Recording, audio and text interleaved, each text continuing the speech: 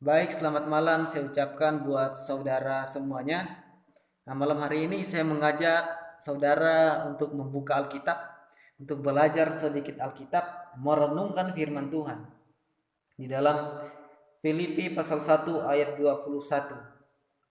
Kita akan merenungkan ayat ini di dalam Filipi pasal 1 ayat 21. Di situ berbunyi, "Karena bagiku hidup adalah Kristus dan mati adalah keuntungan." Sekali lagi, "Karena bagiku hidup adalah Kristus dan mati adalah keuntungan."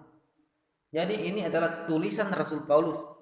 Waktu itu ketika dia menulis surat ini, dia mengatakan bahwa hidup, katanya hidupnya adalah hidup untuk Kristus begitu. Mengapa dia hidup untuk Kristus? Mengapa dia tidak hidup untuk orang lain saja, untuk dunia ini saja begitu? Kenapa? Karena Kristuslah yang telah menyelamatkan dia. Loh, kok Kristus menyelamatkan? Kristus menyelamatkan orang dari dosa begitu. Jadi sebenarnya semua orang yang di dunia ini itu adalah orang berdosa yang telah melakukan pelanggaran sesuai dengan firman Tuhan di dalam Roma pasal 3 ayat 23, karena semua orang telah berbuat dosa dan telah kehilangan kemuliaan Allah.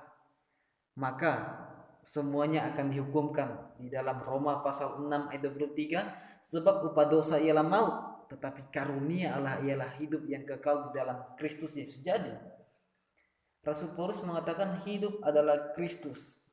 Jadi dia menyadari bahwa hidup yang dia jalani saat ini itu adalah hidup untuk Kristus. Karena kenapa? Karena dia sudah percaya kepada Kristus. Ketika orang menerima Kristus sebagai juru selamat pribadinya, ketika orang menerima Kristus bahwa Kristus telah menebus dosanya, mengambil alih dosanya, yang sebenarnya dia akan dihukumkan, tetapi karena Kristus mengambil alih dosanya, dihukumkan. Nah, semua dosanya terhitungkan kepada Yesus Kristus. Dosanya yang dulu, sekarang, dan yang akan datang telah ditanggung oleh Yesus Kristus begitu. Jadi sekarang kita hidup untuk Kristus. Mengapa kita hidup untuk Kristus? Karena Kristus telah mati untuk dosa-dosa kita. Kristus telah mati bagi kita, dan sekarang kita hidup ini karena Kristus begitu. Dan di frase yang B dikatakan mati adalah keuntungan.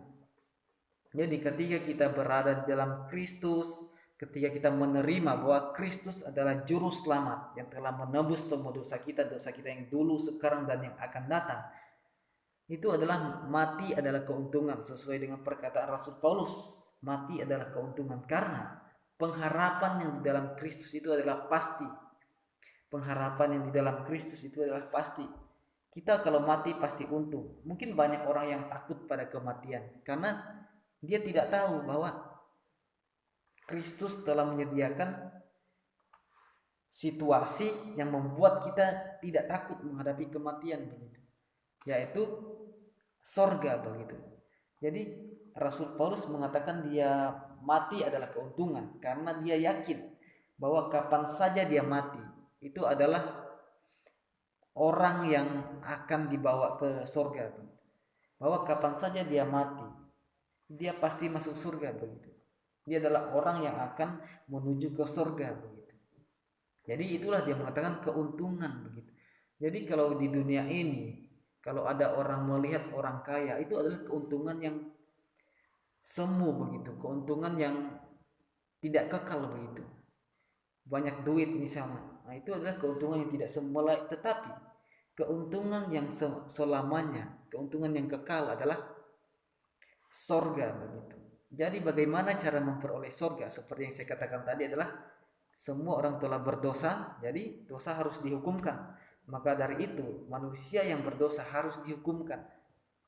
Jadi tidak ada cara lain bahwa manusia harus masuk neraka. Tetapi karena begitu besar kasih Allah akan dunia ini, sehingga ia mengaruniakan anaknya yang tunggal, supaya setiap orang yang percaya kepadanya tidak binasa, melainkan memperoleh hidup yang kekal. Jadi kalau mau masuk surga, Yesus Kristus telah menyediakan jalan keselamatan. Yesus Kristus datang ke dunia, Yesus Kristus disalibkan menggantikan semua manusia yang berdosa, dosa yang dulu, sekarang, dan yang akan datang. Kalau manusia mau dihitung dosanya diselesaikan, maka orang tersebut harus percaya bahwa dia ini adalah orang berdosa, mengakui, menyadari bahwa dia orang berdosa, dan menyadari bahwa dia tidak dapat menyelamatkan dirinya sendiri, dan menyesali dosanya, dan menyadari bahwa ia akan masuk neraka begitu.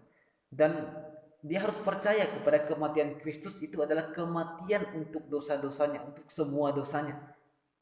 Kematian untuk dosa-dosanya. Jadi dia harus mengaminkan, beriman bahwa Kristus mati untuk dia, dan dia mengaminkan bahwa dia percaya saat ini ketika dia hidup itu adalah hidup bagi Kristus begitu. Seperti yang Rasul Paulus katakan, dan saat itulah ketika sudah menerima Kristus, itulah yang dinamakan mati adalah keuntungan. Oke, selamat malam.